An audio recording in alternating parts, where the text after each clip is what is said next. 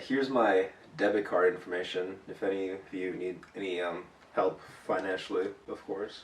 Welcome back to another episode of Is It Worth It? This is where Camille and I go to a YouTuber's live show and ask the age-old question, is it worth going to? In previous episodes, we've seen Epic Rap Battles of History live, we've seen Super Mega live, and now for today's episode, we will be taking a look at Game Grumps, the final party. For anyone who doesn't know, the reason why it's called the final party is because they're retiring this format of the show and plan on bringing new elements, playing different games going forward in future tours. With all that being said, let's boogie oogie oogie our way down to La Fiesta Ultima, shall we? Camille and I went to their show in Boston, which is about an hour away from us, specifically located at the Bach Center Schubert Theater. Say that 3 times fast. Red leather, yellow leather, red leather, yellow leather, red leather, yellow leather. You know you need unique New York. You know you need unique New York. You know you need unique New York. I'm just showing off at this point. For anyone who's not familiar with the layout of the theater, the audience can sit in 3 different areas. There's the ground floor, the balcony, and then the balcony above the balcony. We sat in the top balcony, like right smack dab in the middle. Now we got there a bit late, so when we finally got to our seats, somebody was sitting in one of our chairs. I remember thinking in that moment, are we gonna have to fight one of our fellow gamers? But no, as soon as he saw us, he returned to his actual seat, which was an aisle seat, by the way. And to put things in perspective, he was sitting at the aisle seat, and our seats are about 5 seats away from the aisle. So there was 1, 2, 3, 4, 5, me and Camilo. And then later on in the show, he switches seats with someone to the right of us to sit with the specific person that was sitting next to me. So I deduce that this is supposed to be a group of 7 people, and yet Camille and I are sitting in the middle of them, dividing the group up. I can't help but wonder if when I bought the tickets 5 months ago, they were buying theirs at the exact same nanosecond as I was. Okay, so am I buying 7 tickets? Probably not. I don't think those 2 are coming. Fine, I'll just get 5. Okay, we're all set. 5 seats in the top balcony. Actually, one of them just texted me saying that they're in. But I just bought the 5! Then just get 2 more next to us. Fine. I can't. What do you mean? Someone literally just bought 2 spots next to us. Dude, what the fuck? There are 2 spots open next to those, though. Just get those, then. Okay. Now, the seats in this theater have pretty small spacing. Not a lot of legroom. Which is fine for people who are going to the theater to watch a production of The Merchant of Venice. But the small spacing did make it feel a bit dangerous when you're going there to watch a rowdy gamer show. And when I say rowdy, I mean loudness. When we got to our seats, local Game Grump Vernon Shaw was on stage with someone by the name of Jonathan. Now, I don't know if Jonathan works at the Grump space or if he's just some rando that Vernon picked out from the audience. But I digress. Vernon proceeded to put a blindfold on Jonathan and have him play the first level of the original Super Mario Brothers game on the Wii U. Nintendo's best system. This segment took a lot of audience participation because, well, the boy can't see. So the audience yells, "Jump!" when it's time to.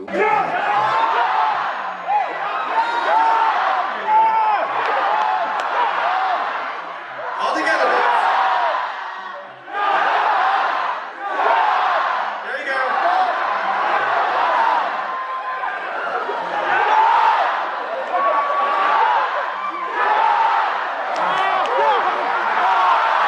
It took a few deaths, but eventually we all got that sick dub. Here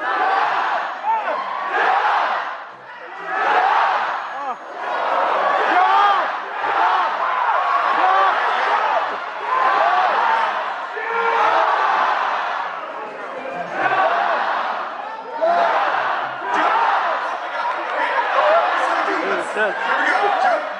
And jump.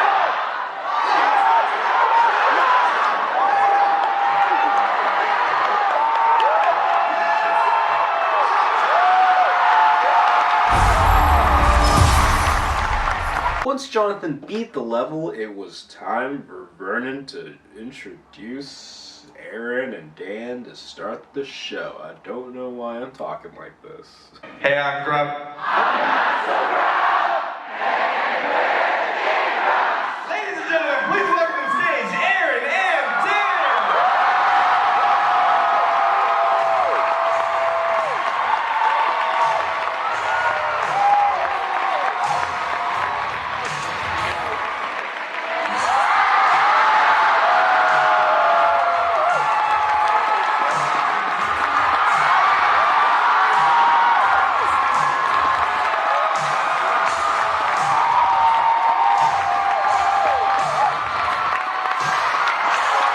The Grumps come out to a huge applause. People were excited, people started crying. Pretty sure I saw a guy take his shirt off exposing his JonTron tattoo out of excitement. Yikes. Aaron and Danny announced that the game they will be playing this evening is none other than Mario Party 10. So, there's a little game we'd like to play. Well, please, go right ahead. Oh man, it's one of our favorites. I hope you all like it. It is.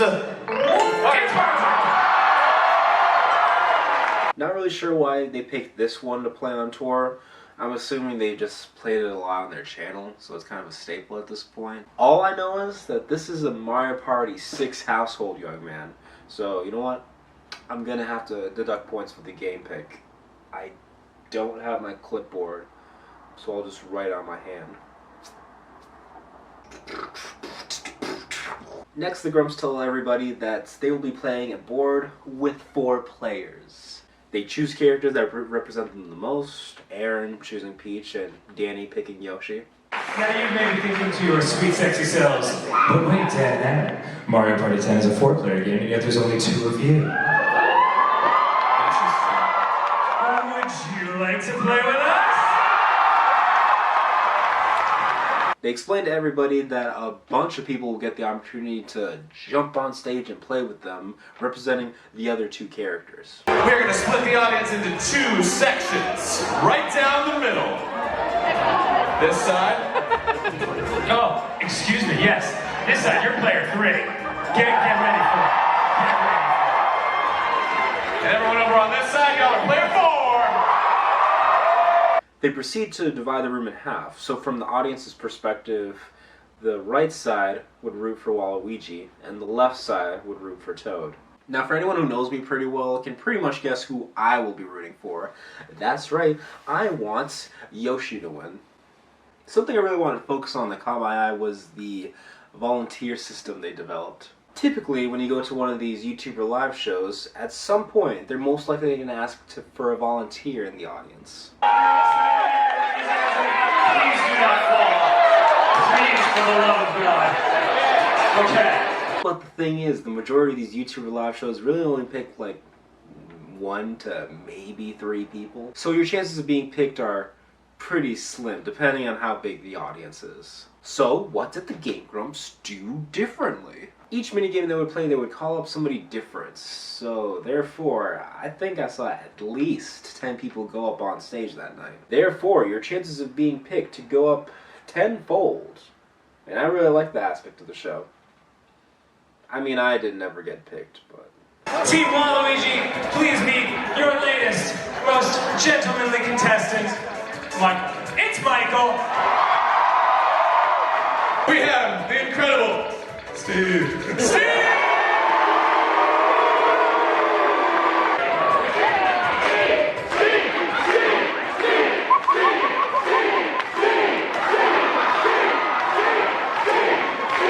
Oh man, thank you, lady guy.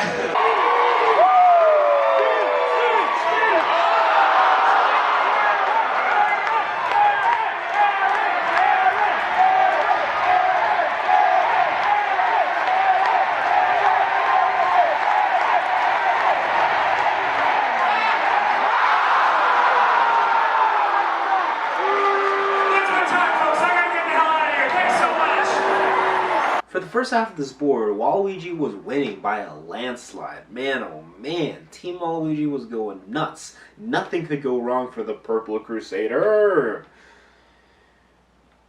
Until this happened.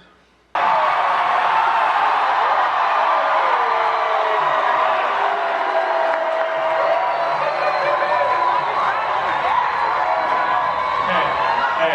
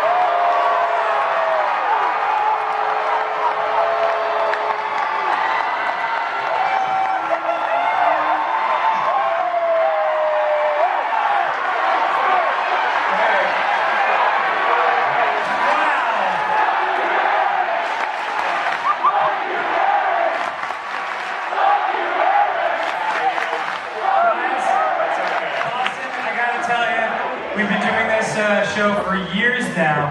That is the first Fuck You Aaron chant we have ever had. Warms my heart. It was like sharp, it was clear, everyone was on board. That's right. A Fuck You Aaron chant ensued. Boy, I wonder if he was getting flashbacks of the Senor Pello situation from a month ago. So in the end, it didn't matter what Team Waluigi did. Team Toad took that chicken dinner that night. 10 stars for Toad. Will that take us all the way to the end? I think that's the end. It does. Team Toad, congratulations! You've won Game Grumps Live, Boston! The game ended up finishing earlier than they expected, so the Grumps decided to just do a small Q&A. We got like 15 minutes. We got 15 minutes? Alright. Well, we're not just going to leave. Do you guys want to hang out and do a little Q&A thing? Before we get started, I gotta lay down some ground rules. You know there are some people in the crowd. Now we can only do questions that will support or benefit everyone in the audience. So we can't do selfies, science stuff. We can't do high fives, hugs. Can't touch Dan's hair. I know that's a weird thing. No, alright, I'll touch it for you.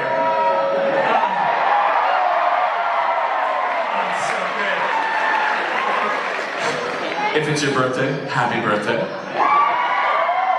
Try to keep it to one question per person. And if you have something that you want to give us, just take it to the merch booth and we'll absolutely get it.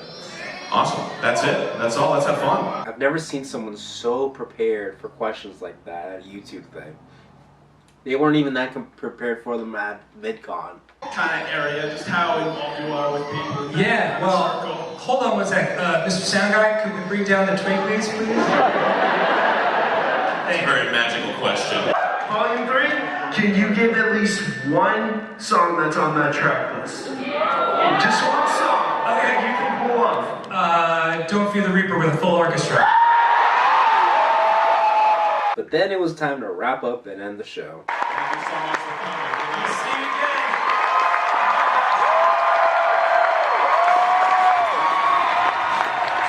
I will say at this point was the worst part of the night, and it wasn't because they were ending the show and leaving. Nay. It was trying to leave. 3 words. Crowded AF.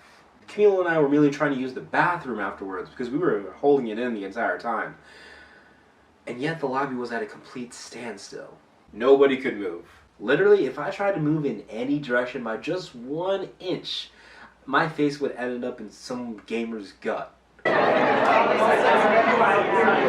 We finally ended up in the bathroom and draining our dicks of their piss, and got out of there afterwards. Now, as I gather my final thoughts of the show, let's cut to Camille and I at our initial thoughts after the show ended. What'd you think of it? I really felt like fuck Aaron. Yeah. Fucking made little Waluigi lose, yo. Yeah, I know. God. I'm so happy with it. Like, I felt so betrayed, honestly. but it was a good show. Really fun.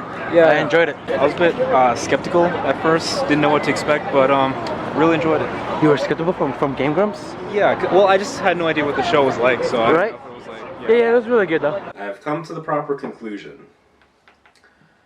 Game Grumps, The Final Party, was a great show. If you're a Game Grumps fan, you'll have a fantastic time. You're way more likely to get picked to go on stages than at other YouTuber shows. It gets crazy, it gets nuts. Just watch out for the lobby afterwards.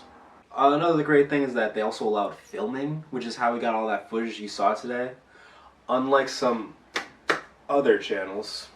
The Game Grumps have been doing tours for quite some time now, so it was pretty clear at this point that they know what they're doing. They know what works, they know what doesn't. I would describe the show as controlled chaos in the best way possible.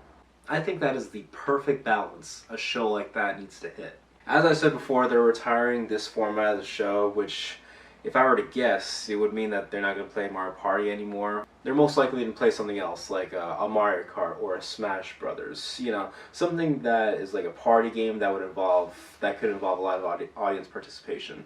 With all that being said, I highly recommend checking out one of their shows if they're coming to a city near you. Aaron Hansen and Dan Avidan, I bow in respect to you both. I don't know if that was the right thing. Maybe it's this one. I'm not sure. Man, every Is It Worth It episode has been to a great show. We need to do one that's like we know it's gonna be bad. Like a Dobre Brothers concert, for example. Thanks so much for watching this video. Check out all of our past content. This video is pretty sentimental for me. And not necessarily for the subject of the video, but it's because this is the last video that we're shooting in this apartment. Like, genuinely, I'm shooting this at 7 in the morning on a Saturday because I have family and friends coming over pretty soon to help pack everything. Like, if you were to, I mean, take a look. The green screen's down, the posters are down, the gamer shelf is empty. We've been in this apartment for the past 4 years. I mean, Imaginary Work was born in this room. So, it's kind of weird that I'm never going to be in it again after today. But, you know, it's time to grow. So, we'll see you in the next video. Your enemy is not the people doing what you're doing. They're just down the block doing the same thing you're doing. It doesn't matter. Your biggest enemy is time. And it didn't fully sink in what that meant at the time, but now I'm realizing how important that was for him to say, because if in your mind your enemy is other people doing what you want to do, then you're reactive. Every time you see that they're farther than you are, you're going to feel like shit, and it's going to like push you farther from creating. But if your enemy is time, then it doesn't matter what anyone else is doing. Like, your fucking time's running out. You got to do it now, and it makes you proactive. And that was the best thing I learned. Just do it.